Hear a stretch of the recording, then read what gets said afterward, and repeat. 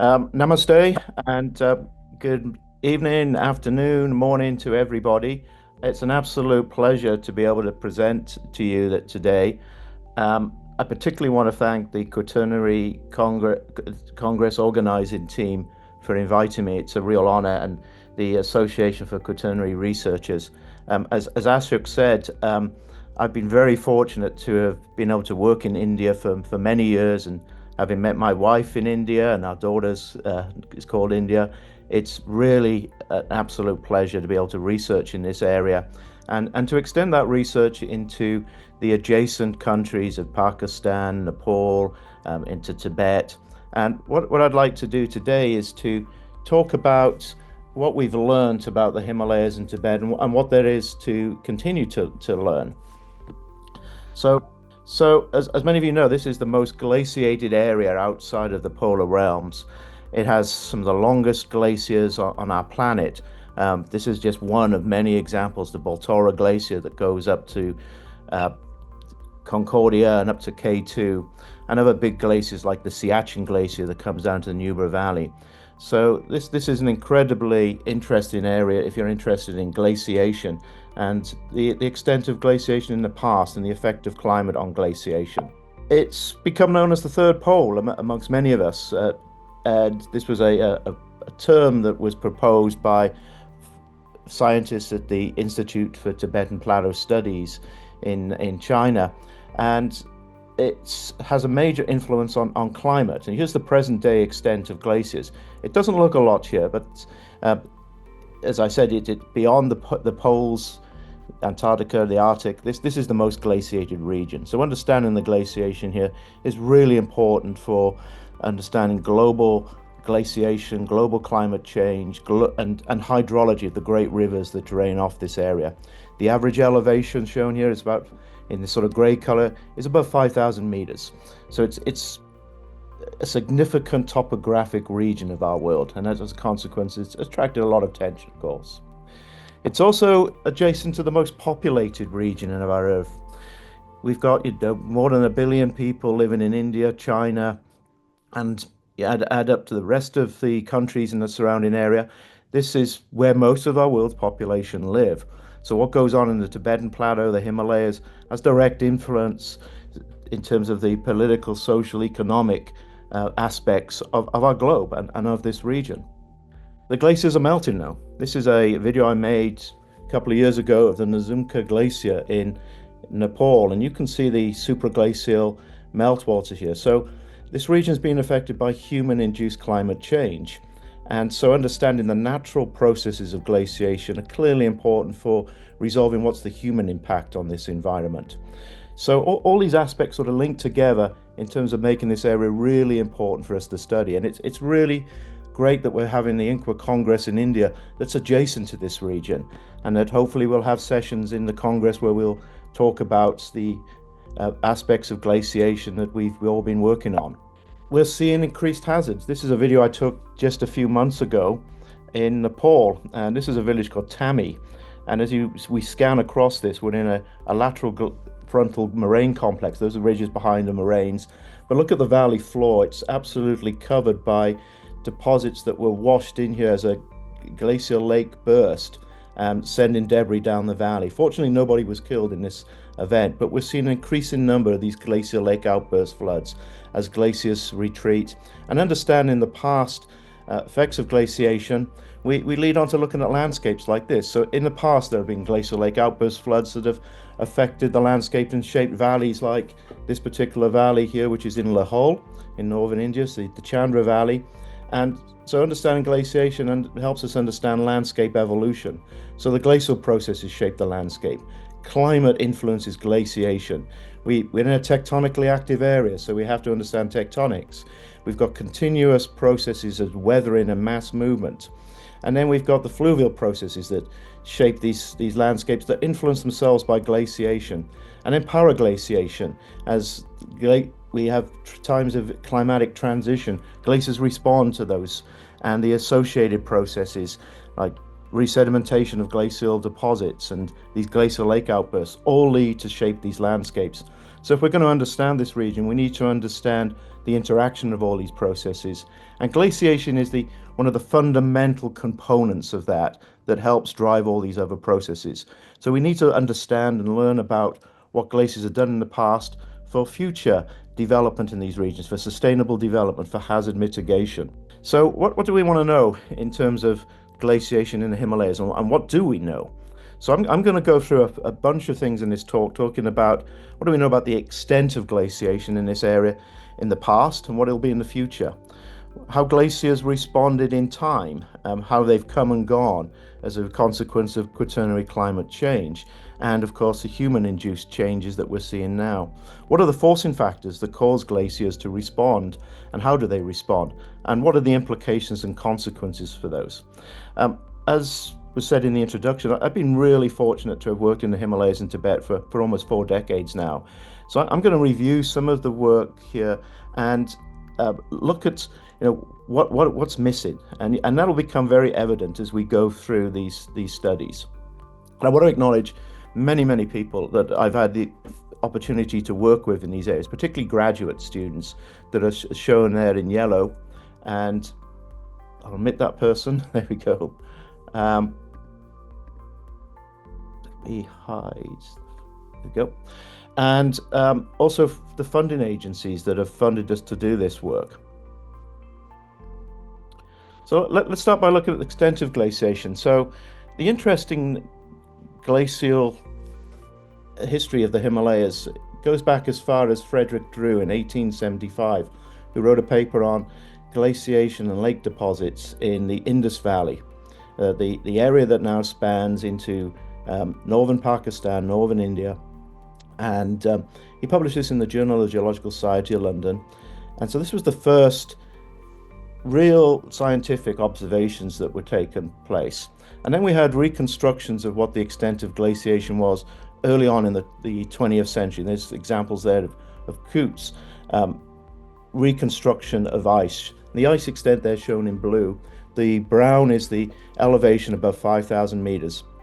And then Frenzel modified that. You'll see a very big differences there. And in the 1980s, there was growing interest in the glaciation of the Himalayas in Tibet. And that was a consequence of many highways being built in remote areas, allowing access into the higher Himalayan regions. China opened up to study and invited scientists from outside of China to come in Tibet. And there were 2 opposing views at that time, that there was an ice sheet on Tibet that Matthias Kuhler really pushed and advocated for, and then a more minimal review that's shown there in 1992 by Xi. And so much of what we did in Quaternary geology of Tibet in that period was really arguing over if there was an ice sheet in Tibet, or if the extent of ice was not as great as one would have expected, given the high topography and the extent of northern hemisphere ice sheets, and what we were beginning to learn as the modern Quaternary geology, modern Quaternary science was evolving. Today's view is shown here in white. So the maximum extent of glaciation is probably more like this. The modern extent is shown in yellow.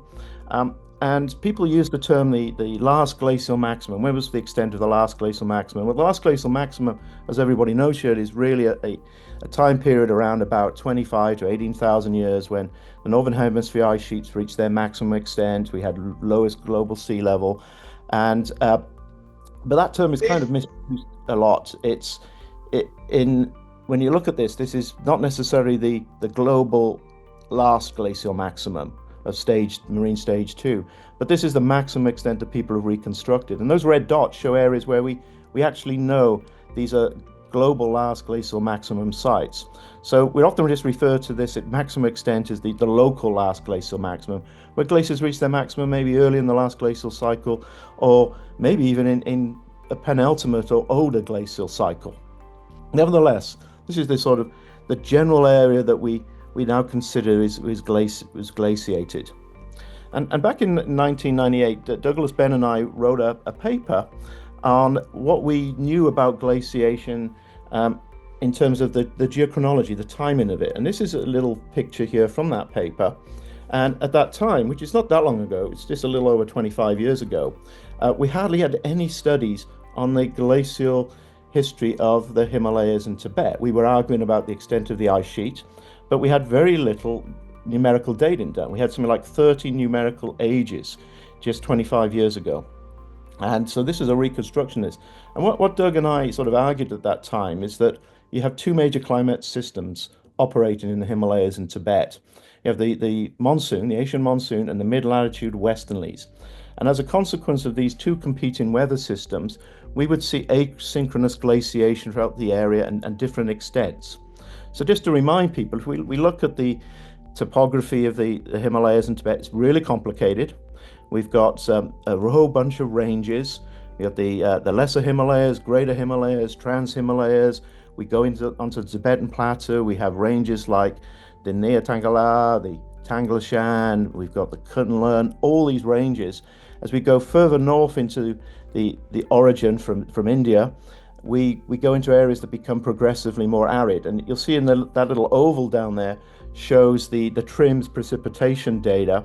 And you can pick out the greater Himalayas there, that double band of blue, higher precipitation. And then when we're in the Tibetan Plateau, it's very arid.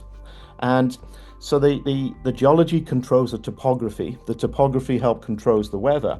And if we look at the weather systems in January right now, we got high pressure system builds up over Tibet. That pushes out lower elevation winds. We have the westerlies that bifurcate around the Tibetan Plateau. They bring snow to the western end of the Himalayan Tibetan region. During the summer, we have low pressures developed over the Tibetan Plateau. We draw air in. The monsoon comes into this region. We have high precipitations, and the highest precipitation in the world as a consequence of the monsoon drawn into Asia. And the idea is that glaciers are going to respond to these two different climate systems. The Tibetan Plateau itself helped establish the monsoon, of course. And so the regional climate of this area is going to control glaciation. So how do we start to do this? Well, we started in the 80s and continue, and this is one of the greatest fun bits of doing research here, is getting to the area and doing research, and supplemented by remote sensing, of course. And we're very lucky that many of these areas are now accessible. In some cases, you have to walk many miles to get to particular sites. Some of these involve expeditions where it may be many days to get to an area that you want to study. We map landforms. This is in the Khumbu Himalaya, and this big ridge here which extends, if my little arrow points, extends down beyond the village and encloses the village, is a moraine that was formed by the Khumbu Glacier. The Khumbu Glacier is infamous because it's the glacier that people climb to get up to Mount Everest. And this is where the Khumbu Glacier advanced during the last glacial maximum. So we start to map these landforms. We produce maps like this. And that red rectangle shows the view you were just looking at, and the green are these moraines.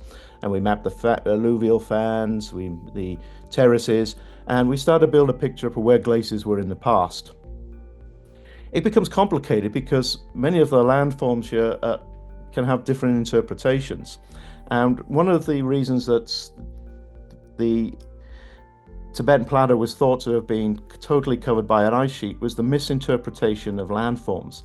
So Kula was mapping landforms that really not moraines, not produced by glaciers, but were landslides. So this little picture here shows these yellow sort of ovals show areas where there's various interpretations if the landforms are moraines or if they're long run out landslides. And these pictures here show examples. There's a moraine. These ridges down in the valley bottom here are actually landslide deposits. And then, of course, this environment is very active. Landforms are being eroded away. And you see two students under this big boulder here. This deposit's been eroded, and it's very difficult to interpret if this is a glacial deposit or if it's a landslide deposit. And then many of the glaciers, like the one at the top here, are covered by debris. They're debris-mantled glaciers. And the landforms, the result was the glaciers melt away, look very similar to landslides. So it's been very important to be able to really identify the different landforms.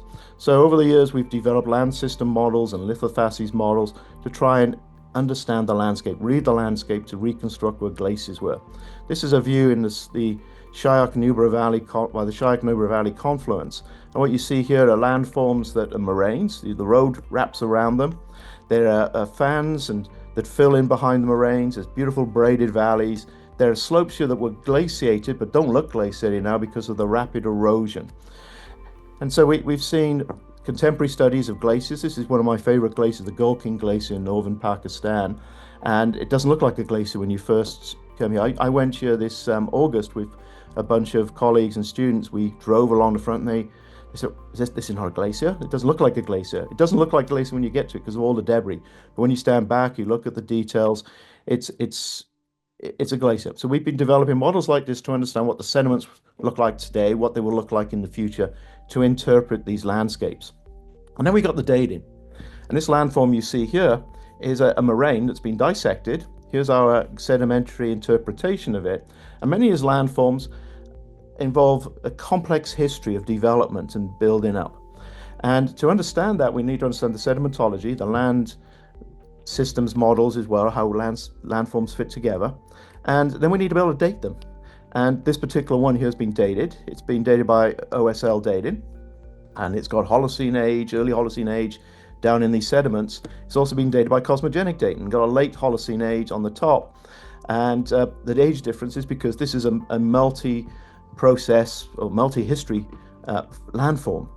And so we take a dating strategy, we'll use radiocarbon, luminescence dating, terrestrial dating on these landforms. We can date with cosmogenics, the moraine ridges or the eroded bedrock, OSL, the sediments that deposit in the moraine or above and adjacent, and radiocarbon dating, you need to find organics. We've had real problems working in the Himalayas and Tibet with radiocarbon dating because many of these landscapes are devoid of organic matter needed for radiocarbon dating.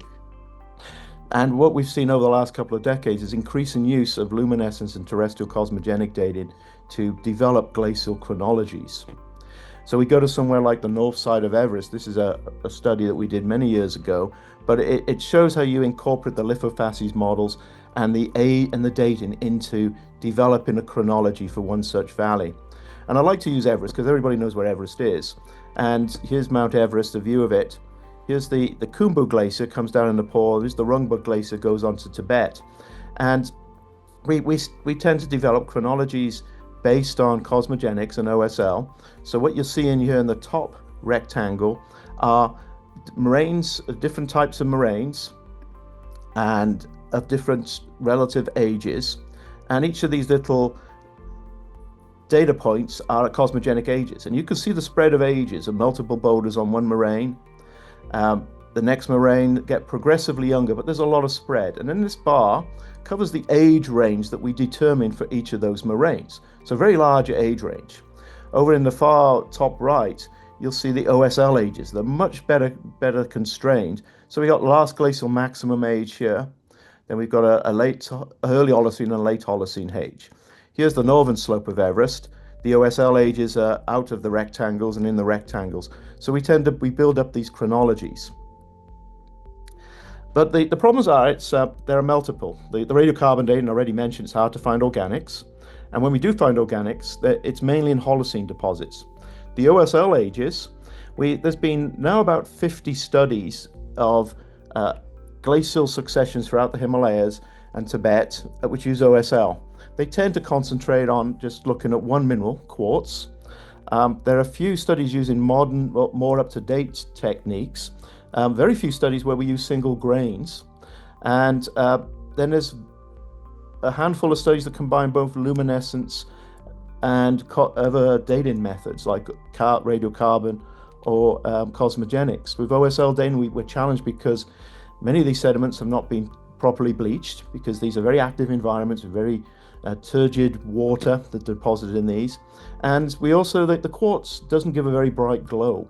And so doing single grains is challenging. But there's opportunities to do things like single grains on feldspars. And in cosmogenics, it's a relatively new technique, a few decades. We're still challenged with knowing what the production rates are for cosmogenic nuclides. And here's a compilation of a paper of ages that we put together a few years ago, just showing that if you use different scaling models, different production rates, you can have ages that vary by as much as 20%, and in some cases as much as 40%. And these scatters, all these little dots should all align on the this just the zero axis, if all the production and scaling models were the same. And we don't have a calibration site for cosmogenics in the Himalayas. But the production rates and scaling models pale in comparison to the geologic problems that we have with cosmogenics. So I'm presuming that most people know what cosmogenic dating is. It's basically the accumulation of cosmogenic nuclides on a rock surface as it's bombarded by cosmic rays or high energy neutrons, essentially. So a rock is bombarded by cosmic rays. The concentration is proportional to the age, and the rock gets carried down the glacier. It spends some time on the glacier, might go into the ice and come back up. Some of the rock might come from below the glacier, and then it ends up on a moraine. And because of the complex history of that boulder, then it's highly likely that we're going to get some boulders that have inherited a significant amount of cosmogenic nuclides before it was deposited, and what we would imagine as being its set at zero. So we can get what we can call inherited cosmogenic nuclides, which will give an older age. We can also have the boulder here toppling and exposing fresh surfaces much later in the history, which gives younger ages, or the moraine eroding itself. There are opportunities, though, with these problems. For example, we can use the boulders on the surface of the glacier to determine erosion rates for the surrounding mountains. The higher the concentration of nuclides on the supraglacial debris, the slower the erosion rates, because they've had more time to accumulate in the head walls. And we've been using that a lot to determine glacial erosion rates. When we look at glacial environment, it never looks like the little cartoons that you draw. This is a video I made a couple of months ago in the Khumbu Himalayas. And here you can see we're actually on a glacier. You can see the adjacent moraines and how the glacier has sort of melted down. And of course, these boulders are tumbling, they're being exposed. So this adds additional problems for the exposure ages of these landscapes. And you can see the erosion on the adjacent slopes there and how moraines are continuously evolving over their time. So this creates huge challenges for us that we're aware of, not just in the Himalayas, of course, but anywhere we use cosmogenic dating. So with cosmogenic dating, we've got problems of the age is too old or too young. And going back to the Everest area again, typically we run half a dozen or as much as a dozen boulders on one moraine, hoping that they will all cluster. But when you try to interpret the age, you've got a large spread. And I've just shown you at the top here an example from the Indus Valley. And what you see here in the top diagram, this is as many as about 25 boulder ages. And that's the distribution here of those ages from 0 to 50,000. And you can see there's a lot of spread. So what do you choose in that kind of age range? Well, we presume that the older ones are inherited for the younger range. But if we've got a glacial moraine that's really old, we can maybe have a spread from as young as about 30,000 up to, in this case, about 400,000 years. So there we would say, well, what's happening here is probably the older ages reflect the age of the moraine. So we've been looking at a lot of different sites throughout the Himalayas, and many other folks have too. And this just shows you some of the spread of those sites. And there are more than what I've plotted here. But essentially, these are areas we've got really good chronologies. And the picture we're starting to build up is that as we go into the Himalayas, we've got extensive valley glaciations in the greater Himalayas. And as we get progressively more into the arid interior, glaciation becomes more restricted. We get expanded ice caps.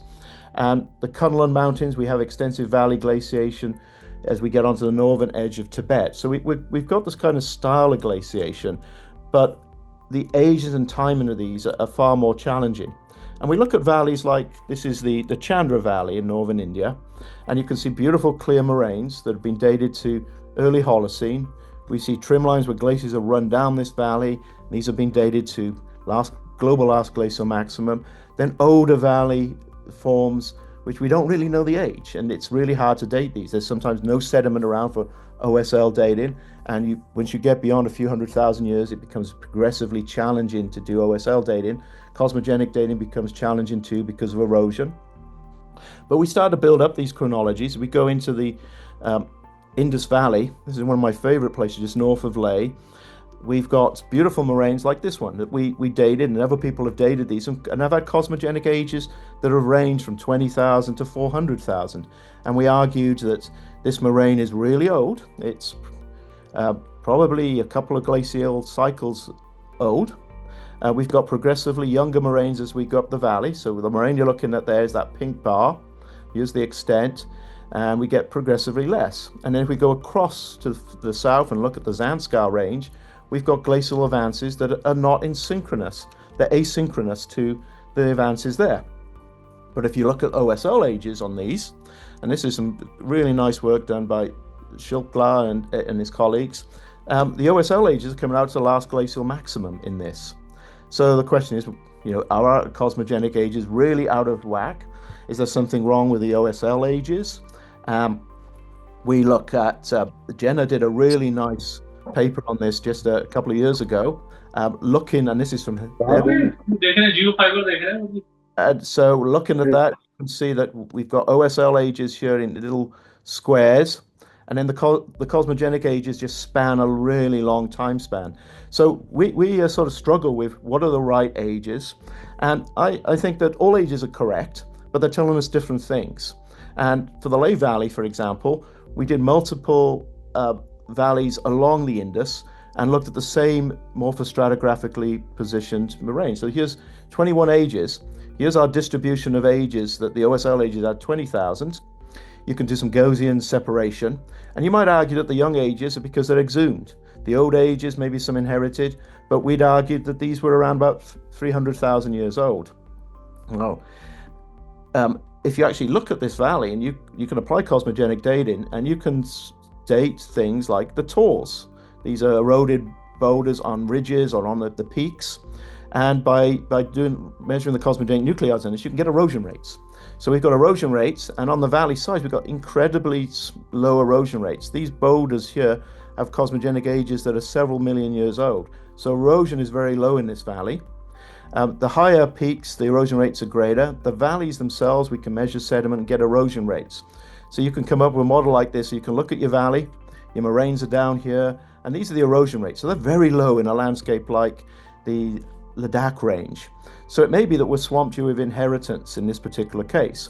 But then I showed you examples in the Everest area where the OSL ages were really good with the cosmogenic ages. They really supported each other. So again, this begs lots of questions with what are we seeing with cosmogenics and OSL ages. We go further into the Tibetan Plateau and we get really old cosmogenic ages. So this is progressing not quite onto the plateau, but this is in northern India. This is an area called the Lato Massif in Zanskar, and there we've got these really old ages. So our pattern comes up with something like this. We've got extensive expanded ice caps in previous glacial cycles. The last glacial cycle, we tend to get some expanded ice caps, but long valley glaciers. Last glacial maximum, we got advances. Holocene, early Holocene, we're seeing advances. And we're getting a landscape that's developing like this little diagram. The actual ages on this could be argued from one region to the next. But then we have to explain why we see landscapes like this. Here's the Konga Shan right over in Tibet. This is Lato that we showed a moment ago. But these massifs look very similar. Here's the Gula Mandata, another massif with these really deep valleys, but have had expanded ice caps. So are we looking at tectonics driving climate change and blocking moisture coming to this area? Probably not, because tectonic rates aren't fast enough on these glacial timescales to really affect major climates on a regional scale. We're looking at topographic constraints where we get ice caps, but then we get incision by rivers, and then the next glaciation exploits those, and so we got a topographic control. Or is it really this regional climate change where we're getting progressively less glaciation with time? And so if we start to compile all the chronologies, and I showed you just one bar, and each of these bars are when glaciers advanced, and look at the uncertainty. The length of the bars are the uncertainty with the dating. And so we get patterns like this. Here's the Khumbu Himalaya. And if we plot those right across the Himalayas, we got Pamir, Tian Shan, so we're going even beyond the Himalayan Tibetan region, but the Trans-Himalayas Western monsoon-influenced regions, monsoon-influenced Tibet, we see that we've got this asynchronicity across these regions, but there is some sort of synchronicity with this. And if we look at this, we can see we've got a local last glacial maximum that tends to be early in the last glacial cycle. And this diagram, of course, is just looking at the last 100,000 years. There is advance during the global last glacial maximum. There's early Holocene advance, and then we've got multiple advances.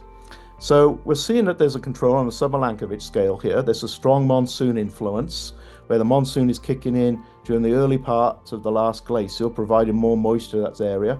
There's some general synchronicity. The areas that are most extensive are those that are wetter, and those that are restricted glaciations are drier. But when we really dive into the details, I'll just pull this area up. And so this is just taking the local last glacial maximum across northern India into Pakistan and into the over here into the regions of the Ala range. And if you look at the local last glacial maximums for each of these areas, and they've plotted these black bars, the length of these black bars, the uncertainty of the ages. So let's take the minimum ages. You can see the last glacial maximum occurs at very different times. And if you look at present day snowfall, and the little rectangle up here, the modern snowfall, shows that variability in that small area.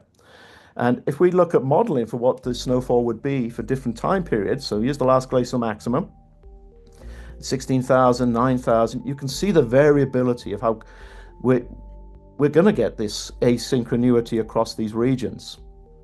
But let's see if we can pull this out a little bit more. So one of the things we did was we looked at if you've got local glacial advances or local glacial stages. This is where glaciers advance at the same time in two or more valleys in a local area. We've got the local glacial stage.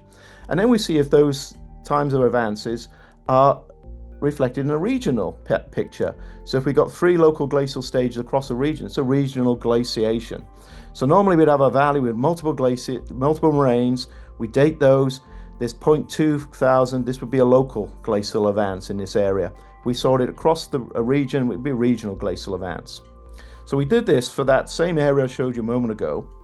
And each of these little rectangles are times when we have regional glacial advances. The dots are the study areas, the white dots are the study areas. And if you look at that, we've got 16 regional glacial advances. And this is what we'd expect, of course, because climate has oscillated considerably over the last 300,000 years, over the last 2.5 million years. And so we developed what we call these regional glacial stages to get some sort of control on what we think glaciers are doing on a regional scale. And if we want to plot this as a diagram so we can show this a little clearer, we've got semi-arid areas in yellow, and then we've got monsoonal areas in blue. And we can see they're not all matching up. There's still a lot of uncertainty in the actual ages of each of these glacial stages. And then in the last 20,000 years, you can see these multiple glacial advances. And this is all based on looking at mainly on essentially on the beryllium ages, but it's backed up a lot by studies on OSL dating. So it's challenging because of this range of uncertainty with dating. It's challenging because you've got to get to these areas. So another approach is to use climate glacial modeling. And this is a diagram here just trying to test that very big hypothesis that was kind of tested and put to bed back in the late 1980s about an extensive ice sheet in Tibet. So we know from other proxies that temperature is probably about -6 lower during the last glacial maximum, and we had half the precipitation in this area. So if you model that, the top left-hand corner shows the extent of glaciation. So that's pretty good, what we know from the geologic data. If we have more precipitation, you could build up an ice sheet, but we don't think that we had more precipitation to the last glacial maximum because the other geologic proxies don't show that. And once you start modeling this, what you'll see is that the most sensitive glaciers are along the Himalayas. Reduced precipitation hampers glaciation in the northern part of Tibet, and then reduced precipitation is insufficient cooling for really big glaciers right out in the eastern part of the Tibetan Plateau. So the modeling is helping us reinforce the ideas of what glaciation is doing. But when we look at climate and glaciers themselves, the glaciers are highly complex. And this was a really nice piece of work that Shah et al. Did, Sourav Shah, who's a graduate student with me, by looking at how glaciers vary across this region if we can match them up into particular climate glacial systems. The different colors show here glaciers of similar types. So red are all similar, blue are similar, yellow are similar. And you can see that there's a lot of variability. And using principal components analysis, you can block them out into about 5 different types. And so we can then examine if the glaciers are responding in these types in a similar way. And we also started to look at the Holocene record, because the Holocene record, moraines don't erode as fast, or hasn't eroded as much in the last 10,000 years. So what's the Holocene record telling us? So here's his reconstruction here of what the data sets we know for Holocene across the Himalayas, with the precipitation shown on here. And he developed new chronologies as well during this study. And what it shows here, if you just concentrate on the yellow oval, these are the regional stages that we was able to develop. And it shows that we've got these regional stages, regional responses. In the early part of the Holocene, it's driven by orbital forcing, influencing the summer monsoon. And then at the latter part, we see there's probably a greater control on teleconnections with the northern hemisphere cooling. So we get these advances. And then we want to quantify glaciation. So we've talked about the timing of this. Then what's the extent? One way of doing this is using equilibrium line elevations. So if we have a glacial advance, the equilibrium line, the line where we have zero accumulation, zero ablation, progresses down into the valley. But this is complicated in the Himalayas. And I'd like to show this one of the Khumbu area, where we have this glacier here, the Amladabalan Glacier, where the ELA is 5,000 meters, but the glacier next to it, its snout is above 5,000 meters. So even between one valley to the next, ELAs are very different, even though you would expect them to be the same throughout an area. And that's because of microclimatic changes. The top little diagram here shows variation of precipitation in that part of the Himalayas, and doesn't matter what the values are, but you can see there are spots of greater precipitation and in more arid regions. That the problems occur because of debris cover that insulates glaciers. Many of these glaciers are applied by avalanching. Some of the glaciers, like this one here, is actually split. There's no glacier between the bottom part of the glacier and the top, a reconstituted glacier. And then we got poor lack of control. We don't know if we're matching up the same age of moraines. The study you show here shows some of the ELA differences just across one massif, the Everest area again at 24,000, 16 and 10. But we're reconstructing this extents like this, and we're building up these models. And so for the Holocene, the size of these bars reflect the ELA depressions, the drop of the ELA. And these are for different times, but look at how the bars vary across the Himalayas for each of these time slices. So again, glaciers are responding very differently in very different places. And then we can put modeling into this. And I just want you to look at the bottom two here. This is some modeling my colleague Quinn Yan has been doing. And it shows that in the Western Tibet, Southern Tibet, this is what we would expect glaciers to do. And here's the glacier extent, this blue line, and the rate of glacial change throughout the last 20,000 years.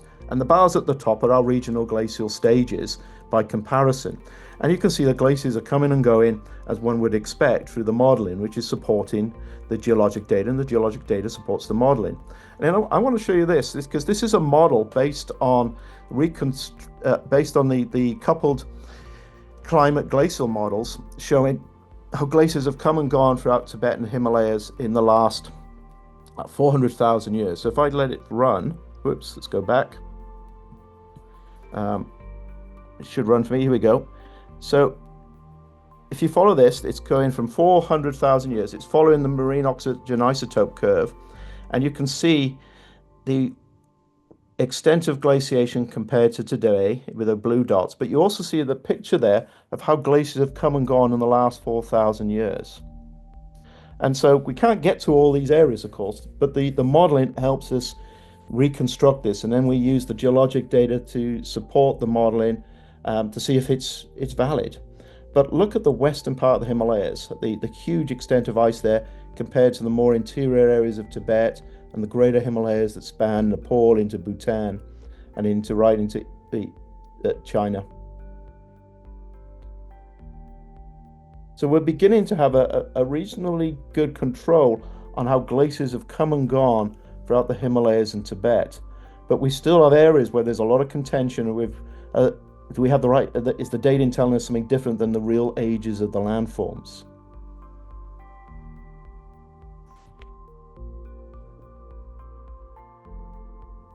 So this is I really enjoy watching this, and you can download it. If you go to the paper, there's a link to download this movie that you can watch and dive into different parts of how the glaciers are responding.